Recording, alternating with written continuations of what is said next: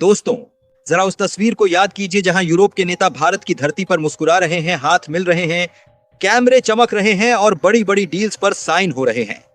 सब कुछ इतना शांत और दोस्ताना दिखता है कि लगता है दुनिया में कोई तनाव ही नहीं बचा। लेकिन सच यही है कि असली लड़ाई कभी कैमरे के सामने नहीं लड़ी जाती। असली जंग हमेशा पर्दे के पीछे होती है। और इस बार उस जंग की गूंज सीधे सिलिकॉन वैली तक सुनाई दे रही है। यहीं से कहानी खतरनाक मोड़ लेती है। जियोपॉलिटिक्स का एक पुराना नियम है जिसे हर सुपर पावर जानता है। अगर आप उसकी बात नहीं मानते, अगर आप उसके ऑफर को ठुकरा देते हैं, तो उसकी कीमत चुकानी पड़ती है। दशकों तक यही होता आया, लेकिन 2026 की दुनिया में दोस्तों, यह नियम 2 बार टूटा। और हैरानी की बात यह है कि दोनों बार कीमत चुकाने वाला कोई और नहीं बल्कि खुद अमेरिका रहा। असल में जियोपॉलिटिक्स एक ऐसा खेल है जिसमें जो दिखता है वह अक्सर सच नहीं होता। हमें जो तस्वीर दिखाई जाती है वह मुस्कुराहट की होती है, लेकिन पर्दे के पीछे फैसले तलवार की तरह चलते हैं। इसी तरह जब सबको लग रहा था कि सब कुछ ठीक है, उसी वक्त यूरोप ने अमेरिका की टेक ताकत पर सीधा वार कर दिया। यह कोई बयान नहीं था, यह कोई चेतावनी नहीं थी, यह एक ठोस फैसला था। ऐसा फैसला जो अमेरिका की डिजिटल बादशाहत की नींव हिला सकता है। यूरोप को अब साफ समझ आ गया है कि आज की दुनिया में असली ताकत बंदूक या मिसाइल नहीं बल्कि डेटा है। और यह भी कि यूरोप का अपना डेटा, उसकी अपनी अर्थव्यवस्था की नसें किसी और के कंट्रोल में है। अमेरिकी कंपनियां यूरोप के क्लाउड, ऑपरेटिंग सिस्टम और एआई इंफ्रास्ट्रक्चर पर इस कदर हावी हैं कि जरा सा स्विच ऑफ होते ही पूरा सिस्टम ठप हो सकता है। ऊपर से अमेरिकी कानून जो दुनिया के किसी भी कोने में रखे डेटा तक पहुंच की इजाजत देता है, यूरोप के लिए एक डरावना सपना बन चुका है। यहीं पर यूरोप ने तय किया कि अब सिर्फ नियम बनाकर काम नहीं चलेगा, अब रिप्लेस करना होगा, अब अपना डिजिटल किला बनाना होगा। चिप से लेकर सर्वर तक, क्लाउड से लेकर एआई तक, सब कुछ अपने कंट्रोल में। यह फैसला इतना बड़ा था कि उसकी गूंज अमेरिका के टेक कॉरिडोर में हलचल मचाने लगी। क्योंकि अगर यह योजना सफल हो गई तो अरबों डॉलर के कॉन्ट्रैक्ट एक झटके में हाथ से निकल सकते हैं। और ठीक उसी समय जब अमेरिका यूरोप के झटके से संभलने की कोशिश कर रहा था, दूसरी तरफ भारत ने बिना शोर मचाए अपनी चाल चल दी। अमेरिका चाहता था कि भारत रूस से तेल लेना बंद करे और सीधे अमेरिका से खरीदे। दबाव डाला गया, टैरिफ लगाए गए, संदेश साफ था। लेकिन भारत ने सीधी टक्कर लेने के बजाय खेल ही बदल दिया। भारत ने न तो रूस को नाराज किया और न ही अमेरिका की शर्तें मानी। उसने रास्ता बदला।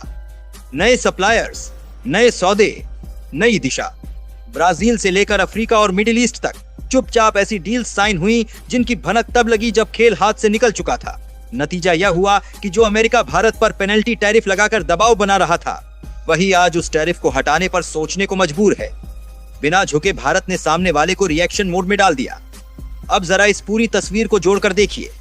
एक तरफ यूरोप डिजिटल आजादी की लड़ाई लड़ रहा है, दूसरी तरफ भारत एनर्जी आजादी की ओर बढ़ रहा है, और बीच में अमेरिका जो पहली बार कंट्रोल में नहीं बल्कि हालात के पीछे दौड़ता हुआ दिख रहा है। यही बताता है कि दुनिया का पावर गेम बदल चुका है। अब धमकियों से नहीं, धमाकी कोई समझने सरकार के पीछे दौड़ता हुआ दिख रहा है। विकल्पों से जीत होती है। और इस नए दौर में भारत किसी एक खेमे का मोहरा नहीं बल्कि संतुलन बनाने वाली ताकत बन चुका है। लेकिन कहानी यहीं खत्म नहीं होती। यह तो बस शुरुआत है। आने वाले समय में जब डिजिटल और एनर्जी की ये जंग और तेज होगी, तब दुनिया देखेगी कि भारत सिर्फ इस खेल का हिस्सा नहीं है बल्कि वही है जो खेल की दिशा बदलने वाला है। अब जरा एक कदम आगे सोचिए, क्योंकि असली कहानी अब शुरू होती है। जो कुछ अभी दिख रहा है वह सिर्फ ट्रेलर है। असली फिल्म अगले कुछ सालों में चलेगी और उसमें किरदार वही होंगे, लेकिन रोल पूरी तरह बदल चुके होंगे।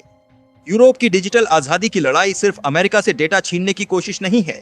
यह एक संकेत है कि आने वाले समय में दुनिया टेक्नोलॉजी को हथियार की तरह इस्तेमाल करेगी।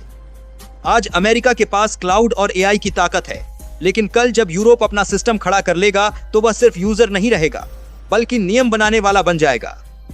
और यही अमेरिका की सबसे बड़ी परेशानी शुरू होगी, क्योंकि उसकी ताकत आदेश देने में नहीं बल्कि निर्भरता बनाए रखने में थी।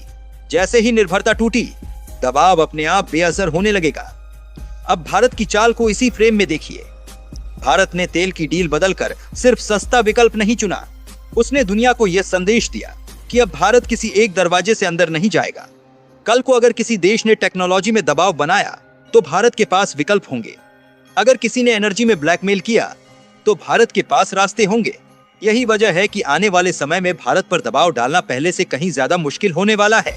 एक और दिलचस्प बात यह है कि अमेरिका को अभी इस बदलाव की पूरी कीमत समझ में नहीं आई है। वह अभी भी मानकर चल रहा है कि यह अस्थायी विरोध है, कुछ समय में सब पुराने ढर्रे पर लौट आएगा। लेकिन असल में यह वापसी नहीं, यह विदाई की शुरुआत है। जब कोई सुपर पावर रिएक्शन मोड में चला जाता है तो वह धीरे धीरे एजेंडा सेट करने की ताकत खो देता है। यही इस दौर का सबसे खतरनाक संकेत है। भविष्य में सबसे बड़ा बदलाव यह होगा कि दुनिया दो खेमों में नहीं बंटेगी, बल्कि कई केंद्रों में बंटेगी। यूरोप डिजिटल नियम बनाएगा, भारत एनर्जी और मार्केट का संतुलन साधेगा, और बाकी देश इन्हीं दो धुरियों के आसपास अपनी रणनीति तय करेंगे। इस खेल में भारत का फायदा यह है कि वह न तो किसी का स्थायी दुश्मन है और न ही किसी का जूनियर पार्टनर। सबसे चौंकाने वाली बात यह होगी कि आने वाले सालों में भारत पर दबाव डालने की जगह बड़े देश भारत की जरूरत महसूस करेंगे। एक सप्लाई चेन हो, एनर्जी ट्रांजिट हो या फिर ग्लोबल ट्रेड रूट्स, भारत हर जगह एक ऐसा पॉइंट बनता जाएगा जिसे नजरअंदाज करना नामुमकिन होगा। और जब कोई देश अपरिहार्य बन जाता है तो वही असली ताकत होती है। इस पूरी कहानी का सबसे बड़ा ट्विस्ट यही है कि भारत ने यह सब बिना शोर, बिना भाषण और बिना टकराव के किया है। यही नई जियोपॉलिटिक्स है। तलवारें नहीं चमकती, लेकिन फैसले दूर तक असर करते हैं। और आने वाला वक्त यही साबित करेगा कि यह दौर किसी एक सुपर पावर का नहीं, बल्कि उन देशों का है जो विकल्प बनाना जानते हैं। और शायद यही वजह है कि दुनिया के पावर सेंटर्स में आज सबसे ज्यादा चर्चा किसी धमकी की नहीं, बल्कि भारत की अगली चाल की है। भविष्य अब सीधी लाइन में नहीं चलेगा, बल्कि अचानक मोड़ लेगा। जो देश आज खुद को सबसे ताकतवर मान रहे हैं, वही कल सबसे ज्यादा असुरक्षित महसूस करेंगे। वजह साफ है, अब लड़ाई जमीन, समंदर या आसमान की नहीं रह गई है। अगली जंग अदृश्य होगी, लेकिन उसका असर हर घर, हर मोबाइल और हर बैंक अकाउंट तक पहुंचेगा। आने वाले समय में सबसे पहले झटका अमेरिका को लगेगा, लेकिन शोर मचने से पहले उसके बड़े टेक प्लेटफॉर्म धीरे धीरे अलग अलग देशों के नियमों में फंसते जाएंगे।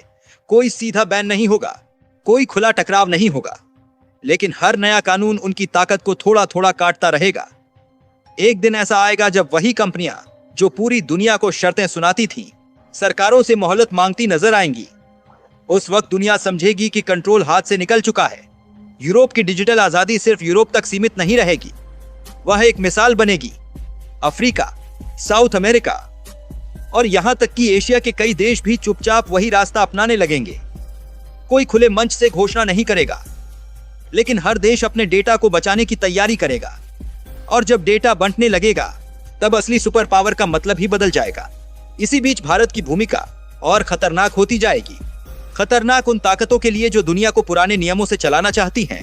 भारत भविष्य में किसी एक देश से नहीं, बल्कि हालात से समझौते करेगा। अगर दुनिया में एनर्जी का संकट गहराएगा, तो भारत नए सप्लाई रूट खोल देगा। अगर टेक में दबाव बढ़ेगा, तो भारत नए टेक पार्टनर खड़े कर देगा। भारत की ताकत किसी एक चीज में नहीं, बल्कि विकल्पों की संख्या में होगी। सबसे बड़ा बदलाव यह होगा कि भारत पर दबाव डालने की राजनीति उलटी पड़ने लगेगी। जो देश आज शर्तें रखने की कोशिश कर रहे हैं, वही कल डील की भीख मांगते दिखेंगे। वजह यह नहीं होगी कि भारत सबसे अमीर या सबसे ताकतवर है, बल्कि इसलिए कि भारत के बिना खेल आगे बढ़ ही नहीं पाएगा। और एक दिन ऐसा भी आएगा जब दुनिया को एहसास होगा कि असली पावर सेंटर वॉशिंगटन, ब्रसेल्स या बीजिंग नहीं, बल्कि वे देश हैं जो टकराव के बजाय रास्ते बनाते हैं। भारत उसी दिशा में बढ़ रहा है, बिना शोर, बिना धमकी और बिना दुश्मन बनाए।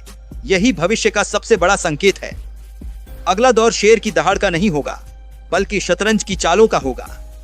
और इस बार मोहरे नहीं, खिलाड़ी बदले जा रहे हैं।